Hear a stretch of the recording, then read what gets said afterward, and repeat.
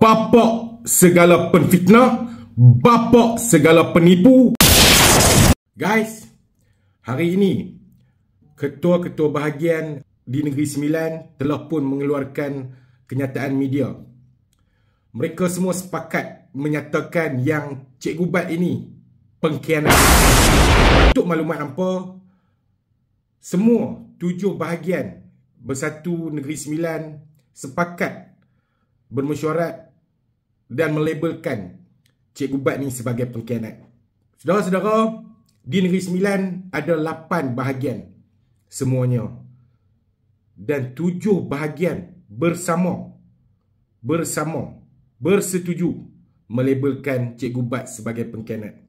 Anda boleh fikir, semua bahagian-bahagian di Negeri Sembilan bersatu, bersama. Cuma satu bahagian saja, bahagian Cikgu Bat, bahagian production, yang tidak dapat bersama dengan mereka semua. Dekat situ anda sendiri boleh nilai siapakah Cikgu Bat yang sebenarnya.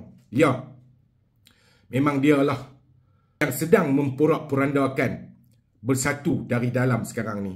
Anda boleh tengok kenyataan-kenyataannya setiap hari memburuk, memfitnah Presiden Bersatu sendiri. Guys, hampa semua boleh menilai, boleh berfikir, nilailah yang sebaik-baiknya.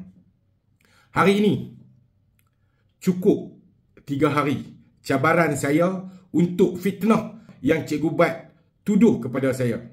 Dia memfitnah saya dibayar oleh Tun Faizal untuk menyerang beliau. Orang yang dibergaji di bawah Tun Faizal. Sudah cukup 3 hari ini, tetapi beliau belum membuktikan yang saya ni dibayar untuk menyerang beliau.